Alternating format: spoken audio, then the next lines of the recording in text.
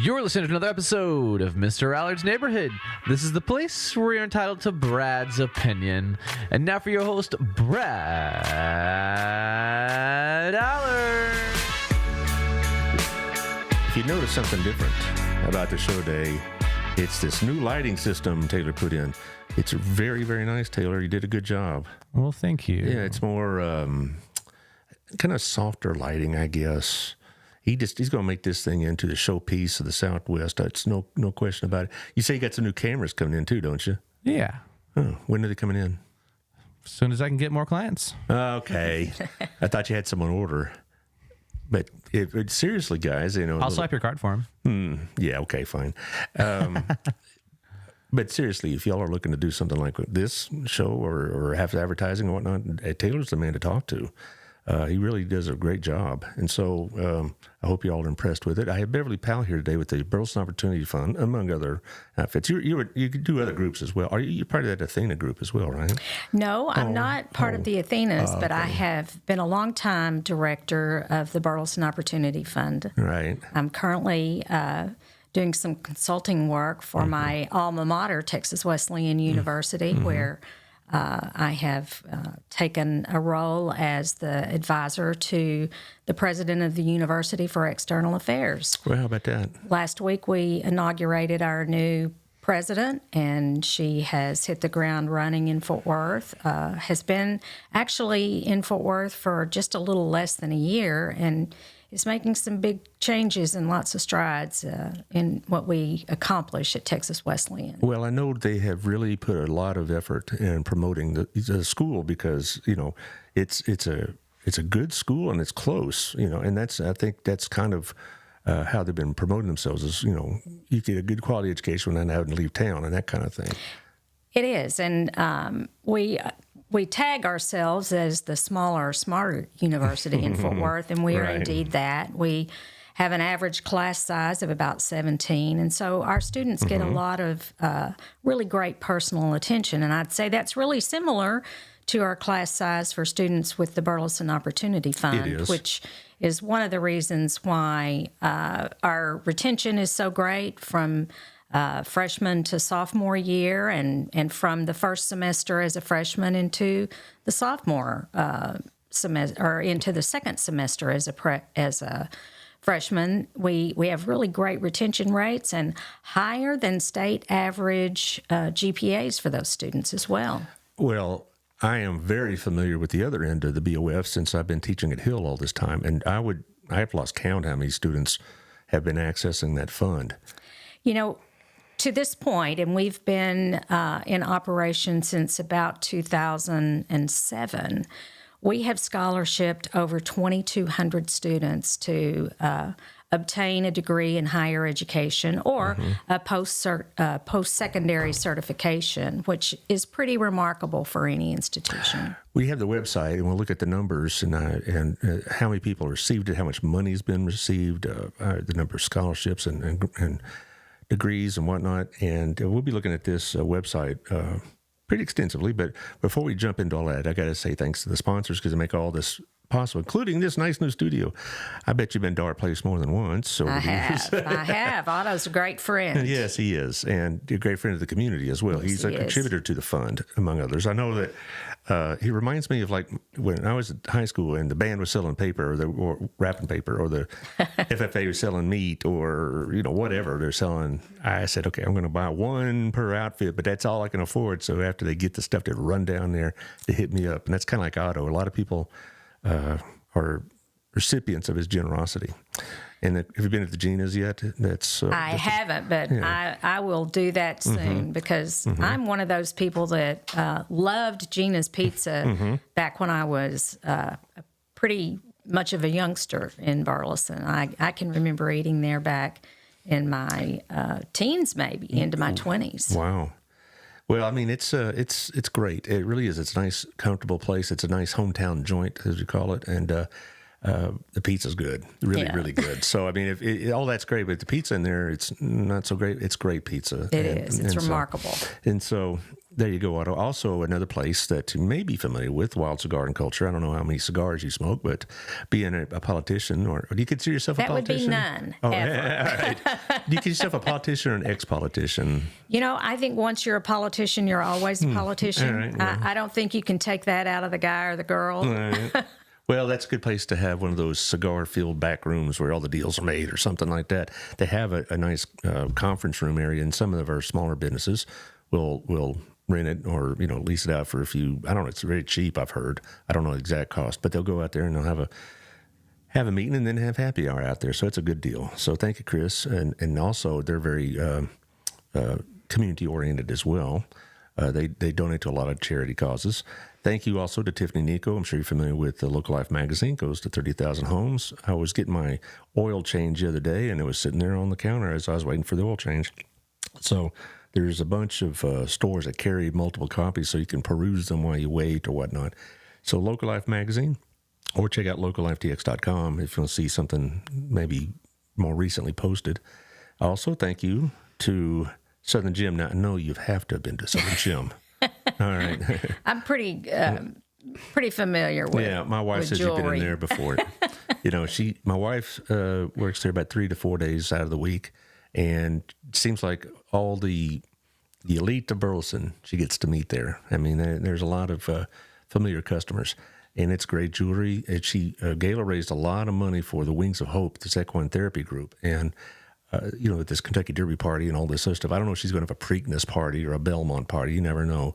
But she knows how to entertain. It was a really good party. But Southern Gym is now got lots of jewelry on inventory. Summer wedding months. You got anniversaries because so many June and May weddings like my own. I've already been hit up for that.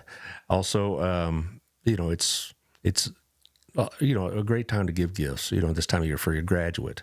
Is what I'm trying to get around to. So there you go. If you have a graduate in your family, it's a good place to get them a token or a gift for what they've accomplished. Thank you also to Two Maids. I really like this outfit. Brenda Ramirez does a really good job. TwoMaidsCleaning.com/Burleson, 817-764-733. They'll come, they'll do the cleaning, whatever space it is, business, home, apartment, whatever, and then you pay them based on how you rate them. So it's not one of those, here, $50, thank you, and I do a job or not. No, they get paid based on the quality of their work, and they get a lot of business. A lot of us at BNI, our networking group, use them for either ourselves or our parents or some other loved one in their life that needs help. So it really works out pretty well. It was a good Mother's Day gift, and it's not too late to give it for any other gift. A good Memorial Day gift coming up. I don't know. Yeah, right. Also, you probably know these people as well. Pro Roofing. I'm sure you were acquainted with the late Matt Aiken. Mm-hmm. And, it was a tragic thing for the community and certainly his family, but for the community as a whole when he passed away. And I asked John how they were dealing with all that, and they're doing the best they can. Yeah. Then they are. But John Williams at 817-734-2756 will come check your roof out, make sure it's got a solid roof, no leaks, whatever else. It's a bad time to find out you need a new roof when it's pouring down rain. So he'll come check it out and tell you what you need to know.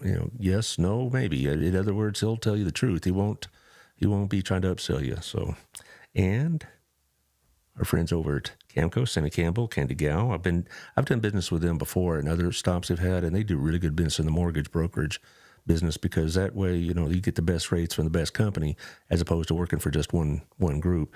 And Sammy and Candy have been around together as a partnership for 20 years, and they're great to work with. Sammy at 817-778-4592. Candy at 817-925-2661.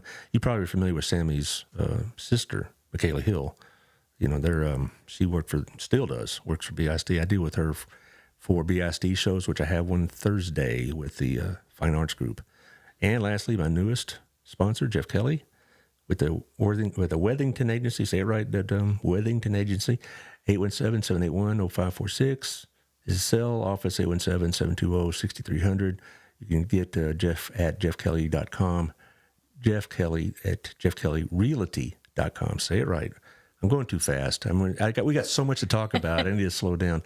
Jeff at jeffkellyrealty.com will get you his email. He's selling the 817, so there you go. Okay, now you've been part of this BOF, Burleson Opportunity Fund, since 2007. right? That's correct. You were a member of the board at that time, if I remember. I was a new member of the school board in February of 2007. And your son was the mayor. He'd been mayor at that time about 6-7 years, I believe. I think that's probably right. And so, did he come to you with this idea, or was it vice versa?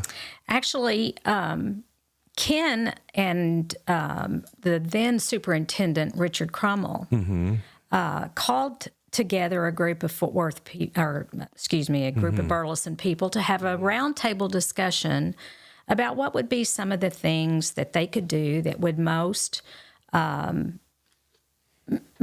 critically improve the lives of families and children in the community of Burleson. And it was a group of folks that were gathered together, and I want to say it was probably 8 or 10 tables of 8 who gathered together and spent a considerable part of the day to talk about what might be the most important things they could do that would improve the lives of Burleson citizens. And through the course of that day, out of that conversation came the idea that maybe the most important thing that we could do that would change the culture of the community in a positive way would be to provide for the opportunity for a higher education for all students who graduate from Burleson area schools. And it was the brainchild of Richard Crummell. That doesn't surprise me. It really doesn't. He was very student-oriented as an administrator, and I think it's probably his past as a band director. They're always very involved with things like that. But I remember as my principal, and then as he moved on to other fields and then became the superintendent, I don't think he ever lost that focus on the students. No, he still hasn't lost that student focus. I see Richard from time to time, and he's just as engaged in what we do at the Burleson Opportunity Fund as he was when he was on staff at Burleson Independent School District. Right. My first experience with this fund was as a donor. They put a system in that we could donate a few dollars prior, pre-tax, I guess, to the fund. And as a bonus, you could wear jeans a certain number of days. It's amazing what you can get teachers to do if you let them wear jeans. I mean, we're going to double your hours and cut your pay in half, but you can wear jeans. Okay, it's a deal. I don't know what the deal is with jeans at school, but my wife, you'd buy extra stickers and stuff. We both donated through the payroll, but then you could buy stickers and, you wear a sticker on your shirt and say, I donated to BOF, and that was a pretty effective fundraiser. Well, we've used all sorts of incentives to get folks to be involved with the Burleson Opportunity Fund. And back then, it was when we first started it, we didn't do payroll deduction for Burleson educators like we do today. But it was one of the initiatives that Richard Crummell put into place that was really successful. And I think it continues to be today because educators with Burleson ISD donate somewhere between $35,000 and $40,000 a year to make sure that Burleson students have the opportunity to go to college. And I think that's remarkable. I think it's what I saw in the stats at a meeting we had last month was that it was one of the largest individual grouping of donations. It is. And that doesn't surprise me because I know a lot of the teachers. It wasn't just the jeans or whatever. They really were glad to be able to do this because it gave their students incentive, I guess. So, they know that, okay, I know where I can go. A lot of the kids I talked to over the years would say, I'd like to go to XYZ, but I can't afford it. And they were going to try to go part-time at Hill or something like that. And a lot of reasons part-time had to do with the money. And now that this was something that was provided to them, I do remember this becoming a thing, so to speak, at least that I noticed about a decade ago. And they were very excited about that opportunity. I love to talk about all of the reasons why we do the Burleson Opportunity Fund and ensure that all kids have the opportunity to go to college. But one of the thoughts that both Richard and Ken and other folks who were involved in that process had about the process is that it would change expectations, that it would change the expectations of children of teachers, of their parents, just to know that the opportunity was there for every child to be able to have a college opportunity. And at the time, the thought process was, wouldn't you love for every kindergarten student who walks into a classroom in Burleson ISD, and some of our students come from Joshua ISD because they live in the Burleson city limits. Some of our kids for Hill College come from Holy Cross and other institutions. But wouldn't it be great if every child who walked into kindergarten class understood, sweetheart, you have the opportunity to go to college? And one of the things that we believed at the time, I still believe today, is that it changes teachers' expectations for our students. That's exactly right. To know that they are preparing every single solitary student that enters their classroom for that opportunity. And indeed, it has worked in a number of ways. One of the things that we do is our counselors at Burleson ISD help families complete the FAFSA, which this year became a little extra complicated. Oh, yes, we've mentioned that on here before. It's a mess. From what my students have told me this. Yes, and so what happens from that, as students' parents help them prepare that FAFSA and they get it submitted, when the results come back, they realize that they are qualified for Pell Grants and for college scholarships that change the thought about what they can do. So a lot of our kids that don't end up going to and taking advantage of the Opportunity Fund scholarship actually end up at TCC or UTA or even at Tarleton. You know, that I'm going to say as well is that majority of my students at Hill, I still teach there. I got a couple of classes coming this fall. I have just finished one.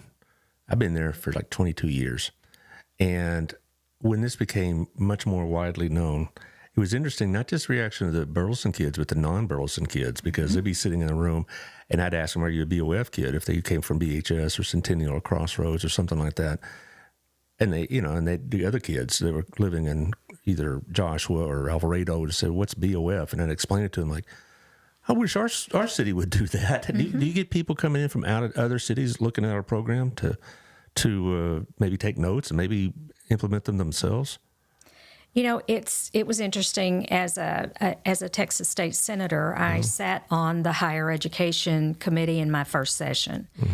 And what I learned through that process is that what we do in Burleson is so unique. There are very few other cities, even across this entire nation, that really are able to say every student from our community has the opportunity for a higher education. And the great thing about the Burleson Opportunity Fund is that piece where I mentioned that our counselors prepare the families to do the FAFSA. So it opens doors to students everywhere. But on top of that, we were able to create a college campus right here at home in Burleson to provide for students who don't have access to be able to go to college outside of the community. That early college program is just a marvel to me. I teach in that room or that building. It's ironic to me because I tell people it's just 2 doors down where I started teaching at the high school, but I don't recognize BHS at all from that. It's so much different. It's been remodeled. The library is now a counseling space and things like that. But Burleson ISD it always has been like that. You know, I came here when I first was hired in 1988 by W.L. Sanders over at the Hughes Middle School. When he called and said he had an emergency opening and he come down for an interview, I did not know about Burleson at all. I thought it was like a school named Burleson in Denton or Arlington or something like that. So my first time ever to be in Burleson was to interview with him. And then a couple of years later, I went to the high school. And what got to me is in those 2 years at Hughes, I was being trained by Peggy Barnes and an English teacher. Gosh, I wish I remember her name. The AP English teacher, and several others that taught us AP and METS, and Sylvia Powers was another one, and all this. And so we're getting all this training, and I thought that was just standard operating procedure for a school district, and I found out it was not. for them to be training their teachers and certifications outside of just what you already had. And then I went to the high school, and I found out that people were coming from all over the state to find out about our special ed department, about our talented and gifted department, and then when it changed to AP, I thought we were just a little cow town, but apparently not. We must are on the map here, and it still are. Well, I think Burleson ISD is innovative in so many ways. I'm so proud of the work that we did when I was on the school board to establish academies for leadership, for STEM, for arts and culture. So many different things that we've done for the Nola Dunn Academy, which was our first academy learning environment, which was such a stellar learning environment and created opportunities for all of these other learning academies to arise. And I love what we're doing with the early college high school. I think it's going to change the way that we look at community college. And in time, we'll probably change a little bit what we do with the Burleson Opportunity Fund. Well, what also has happened, because universities have gotten so expensive, including my beloved alma mater, which I represent now, most of the kids, even of decent, moderate means, that's becoming unaffordable. And so we get a lot more kids coming through Hill because of the expense of the local colleges. Even the state universities are expensive.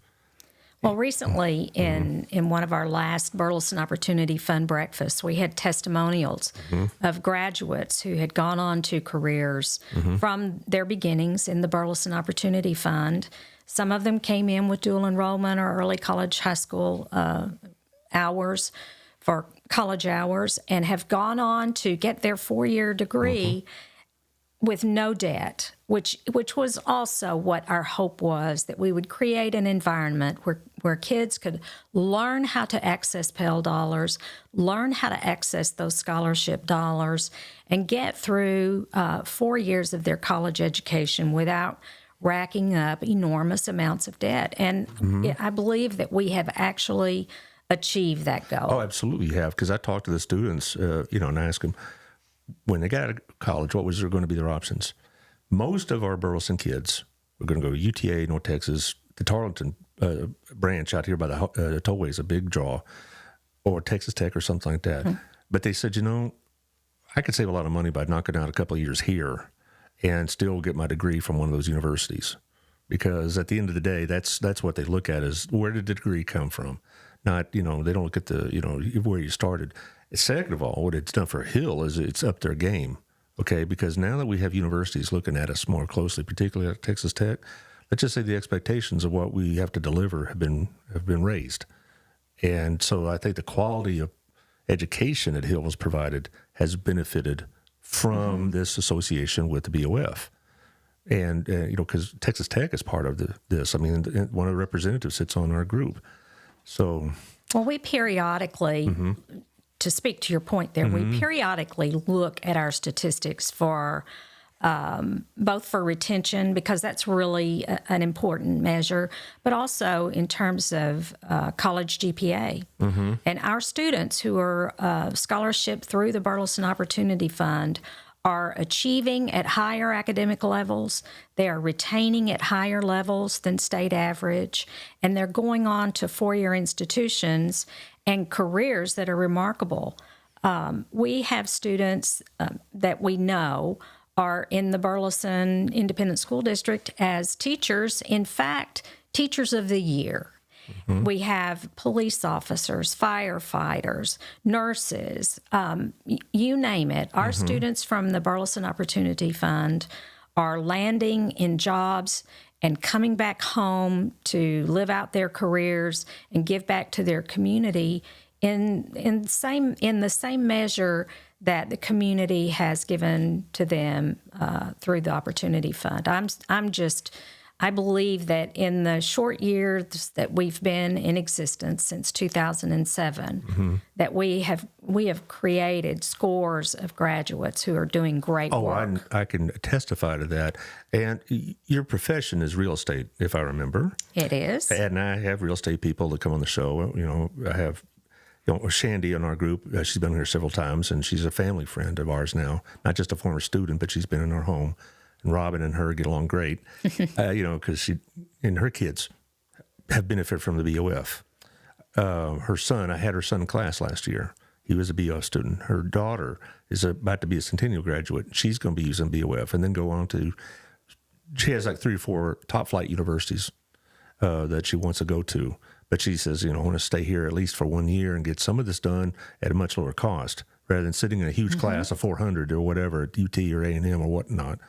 But as realtors, I've talked to them, they say the 2 things that draw them to Burleson is the schools and the police. They really think that, it's a secure environment. And then all the other businesses that are coming is also a nice bonus too, but they're not going to come live here unless those 2 things are met. And when Shandy says, when she tells people, well, if you come here and your kid graduates from high school here, they'll have 2 years of college, or they'll promote the early college program, or they'll promote that STEM program over at the game school, or all these other aspects of what Burleson offers. And it's amazing to me still. And I've been part of this system for a long time. But that BOF really is a community draw. They'll tell you that when they find out that their kid can go to Hill College for free, let's look again here and see what we can do about getting into this house.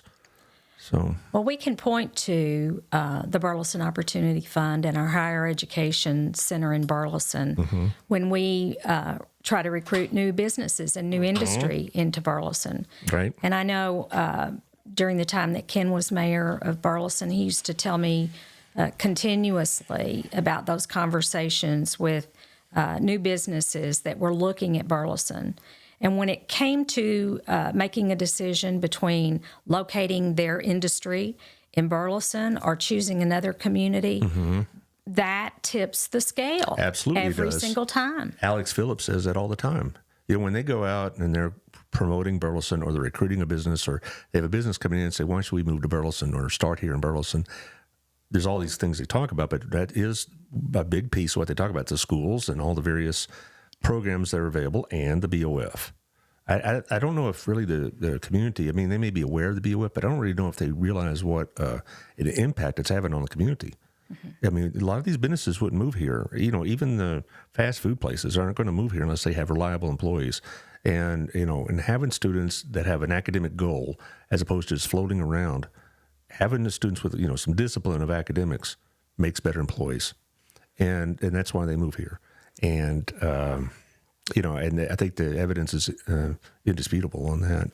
Well, it is, and for certain, it proves to potential people moving into your community, whether it's just individual families or whether it's businesses, that you have a college-bound culture in your community. It changes the rate of crime. It changes the nature of your culture just all around. And certainly, I think Burleson has always been a community. As a professional real estate professional, I know that Burleson has always been a community that could point with pride to their educational environment, to the quality of our schools, and the commitment of families. One of the things that I like to talk about when I talk about education and a community's focus on education is our bond initiatives in Burleson have always been overwhelmingly passed because this is a community who believes that we educate our young people, that we nurture them in the most important ways. Well, as a comparison, the week prior to the May 4th election, I had 2 of the school board candidates from Joshua ISD and then on the show, and then the Thursday I had 2 of the main pushers or proponents of the bond. And they all 4 of them said that they looked at Burleson in some ways as a guide for like their STEM program and CTE and for the variation of the kind of programs they want. And so that bond that passed fairly narrowly, I'm glad it passed, but it was close. But now they're going to have the assets that they need to have that kind of program. And what I was pushing is, 3 of those schools are in Burleson city limits. So we're not talking about our neighbors. We're talking about our people in our community are going to benefit from that.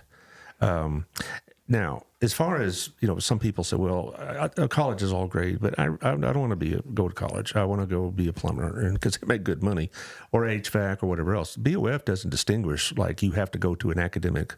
You can use it for like that program over at Cleburne, at the Hill campus at Cleburne. if you want to be an HVAC or electrician or whatever else, correct? You can. Right. And our goal, I have to say this, our goal is that we actually can at some point deliver those kinds of programming in Burleson, because there's a real focus on post-secondary certifications as well, both from the state level and from local level. What we want is to be sure that our young people have access to the types of careers that make a high enough income that they can have a very high quality of life and that they can contribute back to their community in that meaningful way. Well, one of my B&I colleagues went to the Hill campus on a BOF scholarship and learn HVAC and things of that nature. And I'll talk to some of my students and say, where are you going to go after this? And most of them will say, well, I'm going to go to UTA, I'm going to go to Tarleton, North Texas, something like that. Or they're staying here and doing the online program at Texas Tech. Some of them say, I just need to get this associate so I can move up in my job. Particularly I get that a lot with the older students I have. Most of my students are typical college age, but I would say about, out of a class of 20, there'll be about 3 or 4 that are probably in their 30s, maybe 40s. I had one that was 77 about a year ago, and named Bonnie, a sweet woman. I go, well, what are you going to be doing with this, Bonnie? I just wanted to get an associate's degree because all my children and grandchildren got college degrees. And I said, you going to go to university? And she goes, I might, but I just wanted to have something. So for a lot of people, it's an achievement thing, not just a professional credential or whatever. They do it for their own emotional satisfaction. But a lot of these kids will say, or the older ones say, I need to get this, if I get an associate's, I get promoted, or I can get a raise, or I could get something and start and then maybe go back to college later. I can get this and get this out of the way and have an associate's, and then 10 years from now or whatever, I can go to UTA when my kids are older and things like that. Hill College is probably more family-friendly than, say, your typical university. I think it absolutely is. And it's remarkable that we really are generating a community of lifelong learners.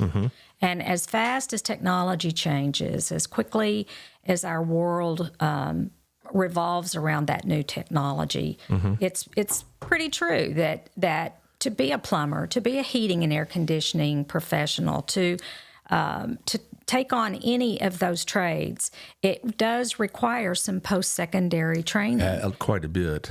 And because I have a hard time keeping the technology, just the latest innovation on Google throws me for a loop. And you get these guys that are in HVAC and electricians and auto mechanics in particular. I mean, these cars are like rolling computers. They're going to have higher degrees of education. And I think the BOF really does a great job on that. Because I had students at the high school. It's been a while since I taught at BHS, about 8 years now. But I had kids at the high school, and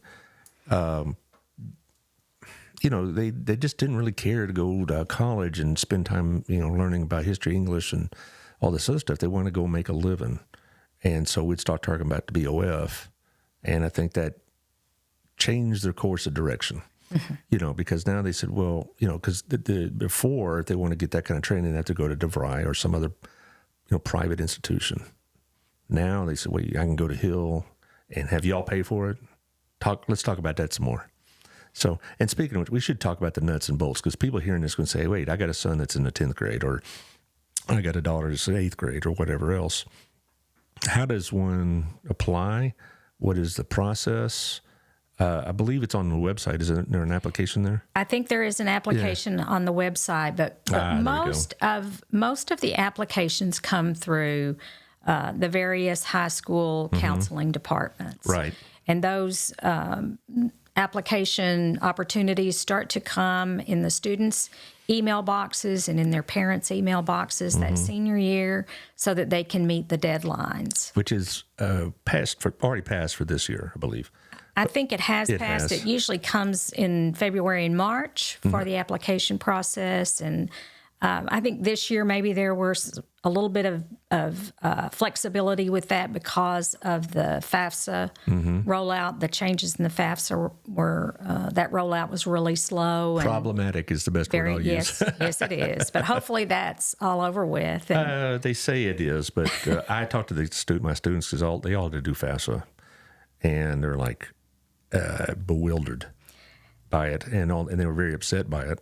Well, I know our financial aid department at Texas Wesleyan is still trying to tackle some of that. And I understood from our last meeting with the Opportunity Fund that the Hill College financial aid department is as well. So it will hopefully all come out in the wash. I do want to take a moment here as we talk about the nuts and bolts of this to talk a little bit about the fact that the commitment to the Burleson opportunity is pretty overwhelming by not just the independent school district, which is wonderful, but also from the city of Burleson. Right. They have been committed to this initiative since day one. They bought into it early on, and they recognized that it would change the nature of their ability to attract new businesses and economic development initiatives. And they have continued to be very engaged and have, in fact, in the last years, stepped up the level of their engagement. I think they just increased it this year, didn't they not? Yes, they did. And I want to say a big thank you to the City Council, to Mayor Fletcher, and to all of our City Council members who have been so supportive of what we do with the Burleson Opportunity Fund, and to our community at large. We have corporate support that comes in the form of sponsorships for two events, for both our annual champion Breakfast of Champions and our golf tournament, which comes up pretty soon. Right, the golf There's the next thing coming up in June. And in fact, I received an email over the weekend that we still have space for our teams.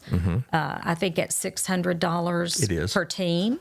And you can reach Kayla Hoffman or Phil Anderson, and you can, I think, sign up online, as well as it gives you the links to check in with them, phone numbers and everything, which I hesitate to read.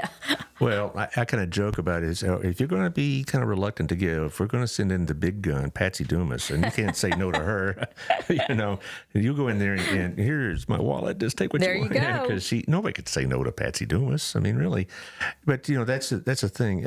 Taylor, I'll go back, if you would, to the website. There's I'd like to go about us link. There was a link there I saw about how much money they'd given and whatever else.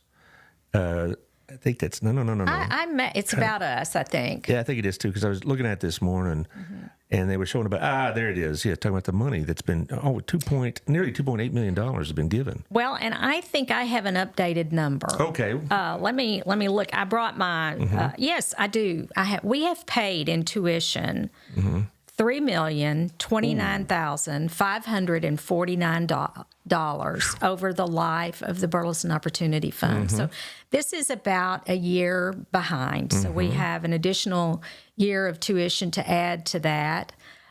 We still are at 96% of all the dollars raised go directly to the scholarships. And I think that's important because it is so rare.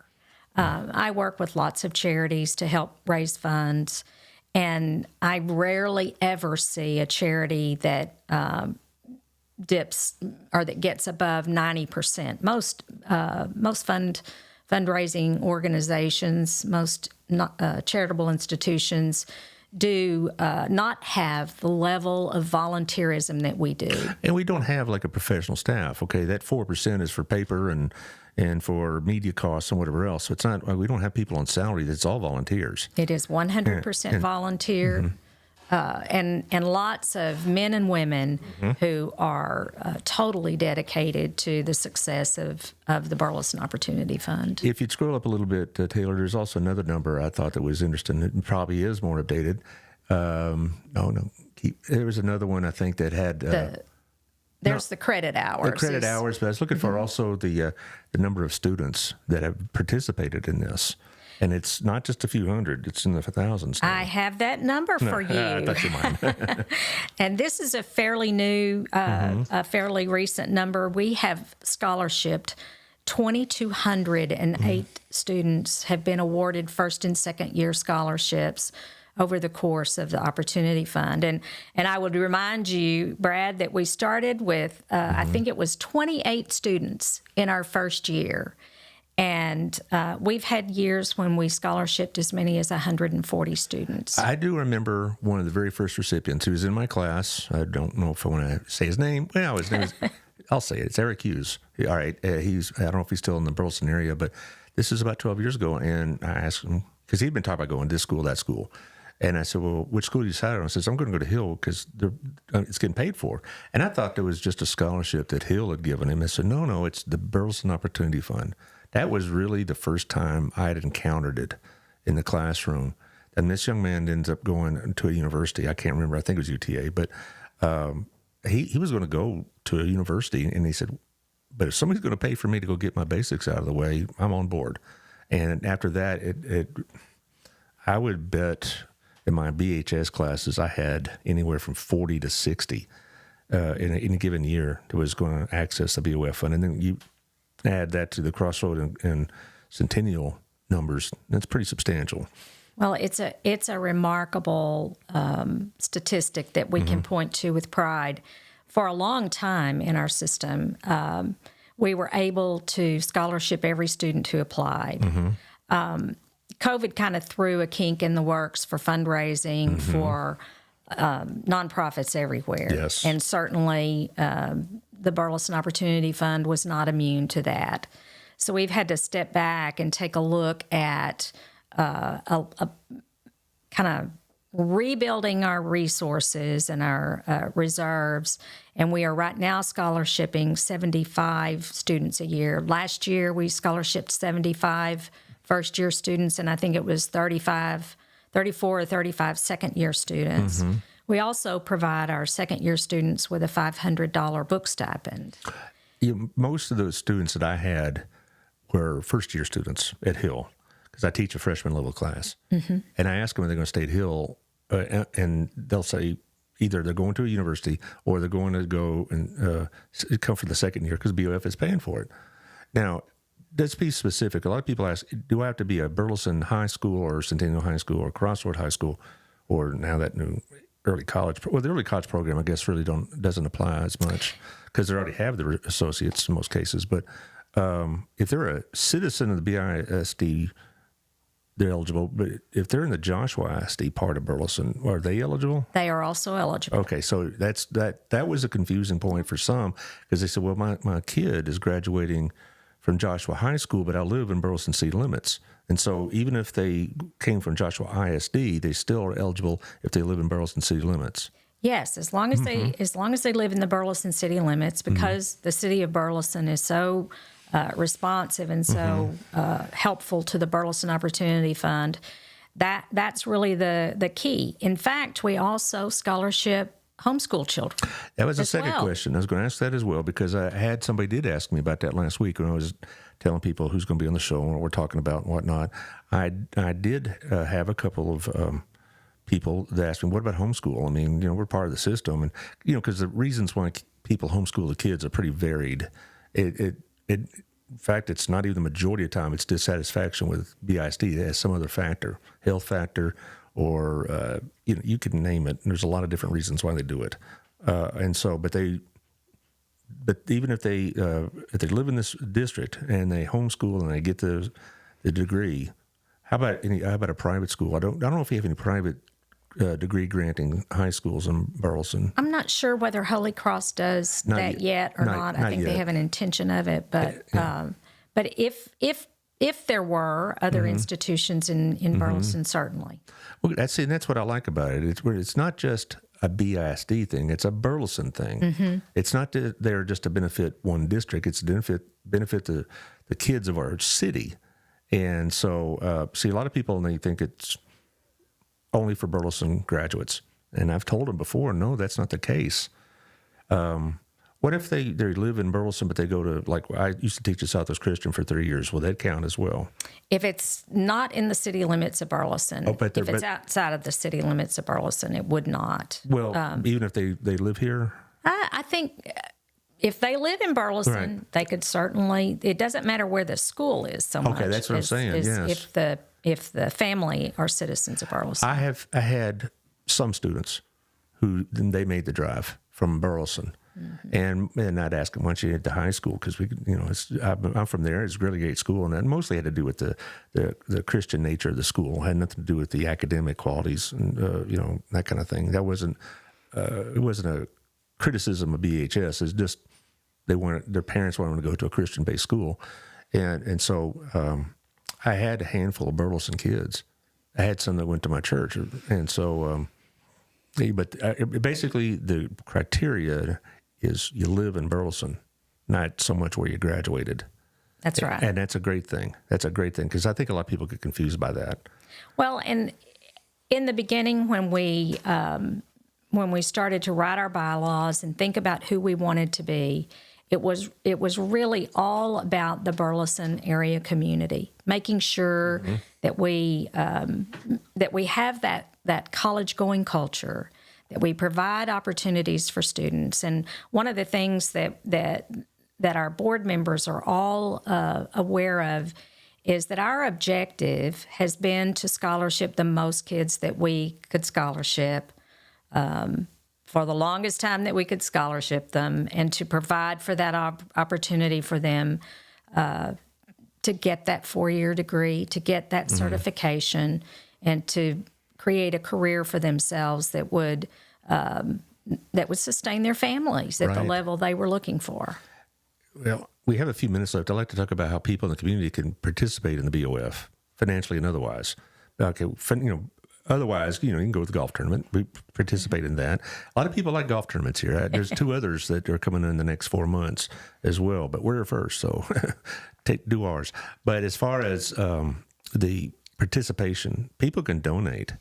Do you have a situation like a lot of the nonprofits do? We can get like a monthly or donation that's credit card based, and you get $25 charge. We are trying to make that as simple as we possibly can.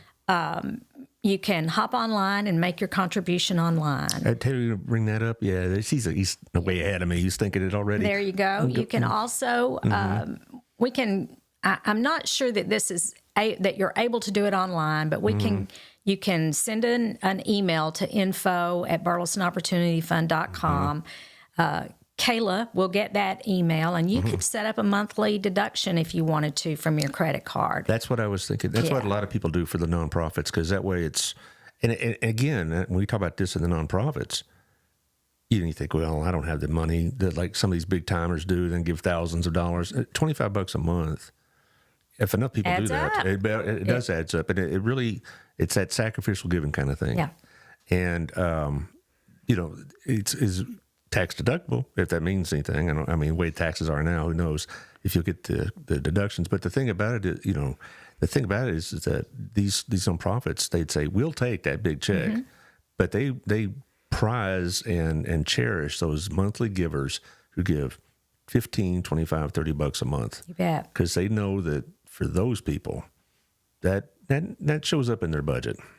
Well, and also, come do our breakfast. We do the annual Breakfast of Champions, and it's a beautiful opportunity to get to know what we do and get to know the students that we work for to make this happen. Here's some of our sponsorship levels from the Breakfast of Champions, and if that's not one of your things, then absolutely come to the breakfast and see our young people and meet the other folks who are donors and supporters of the Burleson Opportunity Fund, and just leave a check of whatever size you're comfortable with that morning of the breakfast. If you can't make it to the breakfast, hop online and make your contribution through our online portal. It's simple, it's easy, and we'd love to have you as a supporter of our fund. Now, that's the breakfast is in October, but the specific date, I don't know if it's been nailed down yet, if I recall.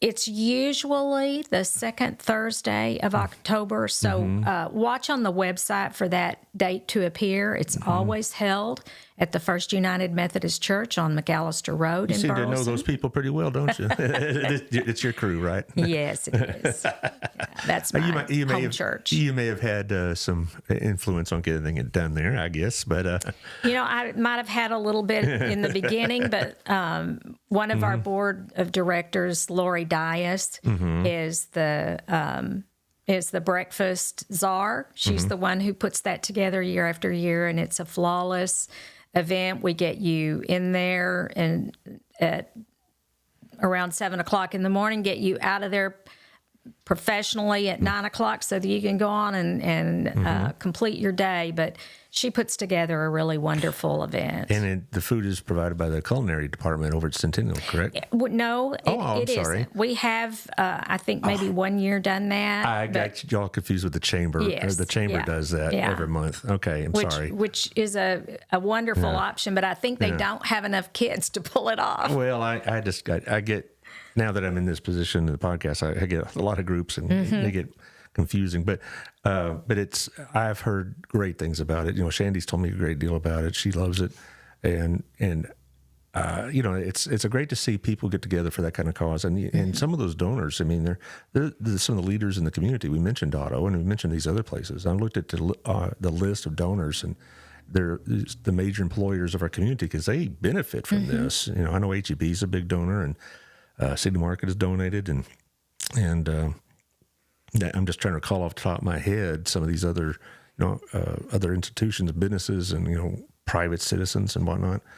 Well, it's been a great fundraising model for us, and we decided that there's no point in changing what's not broken, and so we keep on doing it because everyone loves the opportunity to spend some time with our graduates. Our graduates serve every table, and so you have the opportunity to ask our students who are in the process of getting their degrees any question that you want to, get some personal answers. And then we have testimonials from our students that are as heartwarming as anything that you've ever heard in your life. I bet there's some emotion shown on those testimonials because, again, sometimes people have this image of Burleson as all pretty middle class and all this, but we have a lot of kids that are, it's a day-to-day thing.